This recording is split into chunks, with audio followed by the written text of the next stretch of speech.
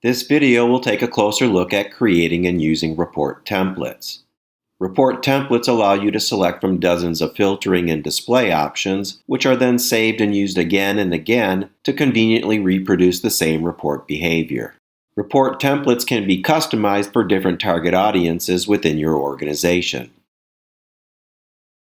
A report template simply takes the data and information from your raw scan results and formats, filters, and displays this information in a way that is meaningful and useful to its target audience. For example, the executive and technical report templates can both be configured with the same data source or report source. But the executive template will present vulnerability findings in a fashion that is more suitable for executive or managerial members of your organization, providing helpful graphics and summary statistics, but omitting the type of details that are more useful to patching and mitigation teams. The technical report template, on the other hand, is more suitable for members of your operational teams because it focuses on the information and details needed to patch and mitigate detected vulnerabilities.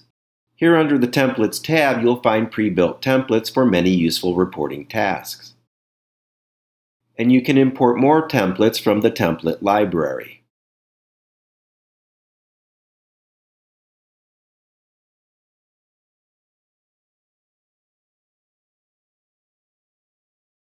Let's open up a scan report template to examine some of its options. Here in the Vulnerability Management application under the Templates tab, I'll click the New button to create a new scan report template. After giving my template a name, I have the option to make it global, which will allow other Qualys accounts to access and use this template. In the template findings, I'll need to choose between the host-based findings and scan-based findings options. The scan-based findings in your account are comprised of each individual vulnerability scan performed, where each scan tells a unique story based on its position or placement within your scanning timeline. Reports that use scan-based findings are often referred to as snapshot reports because they represent an individual snapshot in time without any influence from scans that have been performed previously or scans that have occurred later in time. You'll find all of your scan-based findings listed under the Scans tab. All scan-based findings are poured into another bucket or database known as the host-based findings. The host-based findings database collects data from completed scans and indexes each detected vulnerability according to the tracking method you have selected for each host asset. Host-based findings will allow you to view the vulnerability history of any host asset. And unlike scan-based findings, host-based findings allow you to create vulnerability trend reports that track the status of any vulnerability, from new to active, fixed, or reopened. Please note that agent host assets running Qualys Cloud Agent, do not have scan-based findings. All agent data and findings are normalized directly into the host-based findings database. Returning to my new scan report template, I'll leave the host-based findings selected and include trending over the last 3 months.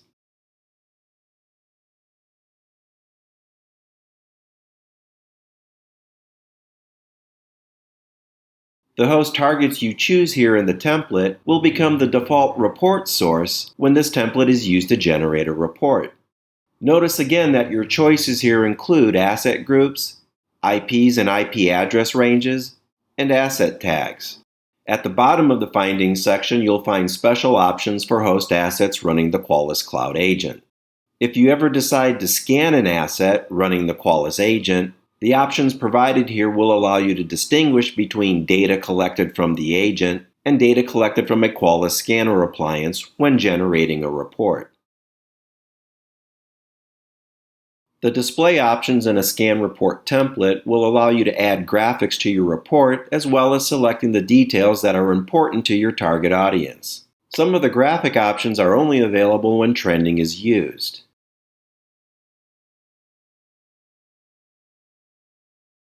Although sorting by host is very common, there are other options for sorting the vulnerability details in your reports. A couple of special options are available that will include additional identification information and metadata for your agent or EC2 host assets. To actually display vulnerability details, you'll need to select the Vulnerability Details checkbox, and then individually select the details that are important to your target audience. You'll recall most of these details from the Qualys knowledge base discussion earlier in this course. A typical report will include the solution to fix or mitigate a vulnerability, and the results option will help your operational teams identify the information or evidence that produced a specific vulnerability finding. Otherwise, please consider your target audience when selecting additional details, and avoid adding information that doesn't meet the objective at hand. Up to this point, I've created a template that uses host-based findings, targets the San Jose asset group, and includes details such as the vulnerability solution and results. Here in the filter options of a scan report template, I can choose to include the complete list of detected vulnerabilities for each host, or I can choose the option to display a custom list of vulnerabilities in my reports. Adding a search list to a report template in this fashion provides a very useful benefit. You can perform vulnerability scans that target the complete list of vulnerability QIDs in the Qualys knowledge base, and then create reports that use a template like this to focus on specific groups or types of vulnerabilities. Managing your vulnerabilities in this fashion is a recommended best practice. Other options that are useful include filtering on vulnerability status, new, active, reopened, and fixed. To create a report that focuses exclusively on new vulnerabilities, I would simply remove the other checkmarks. State will allow you to choose from confirmed and potential vulnerability QIDs, and information gathered QIDs that are either active, disabled, or ignored within the Qualys knowledge base. In the context of the state filter, if you haven't disabled or ignored a knowledge base QID, its state is active. For example, the state filters can help you identify vulnerabilities that will not appear in your reports because they've been disabled in the Qualys knowledge base or have been ignored. The more common scenario is to select the checkboxes for the type of QIDs you would like to appear in your reports. The Services and Ports options will allow you to create reports that verify host assets are running required services, and that they are not running unauthorized services.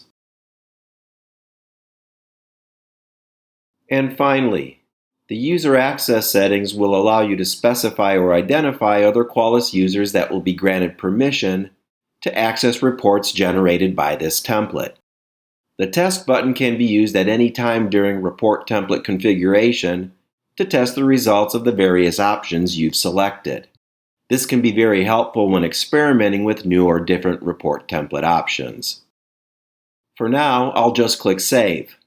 Once a template has been saved, it can be used to run reports directly from the Templates tab. Thank you for watching this Qualys training video.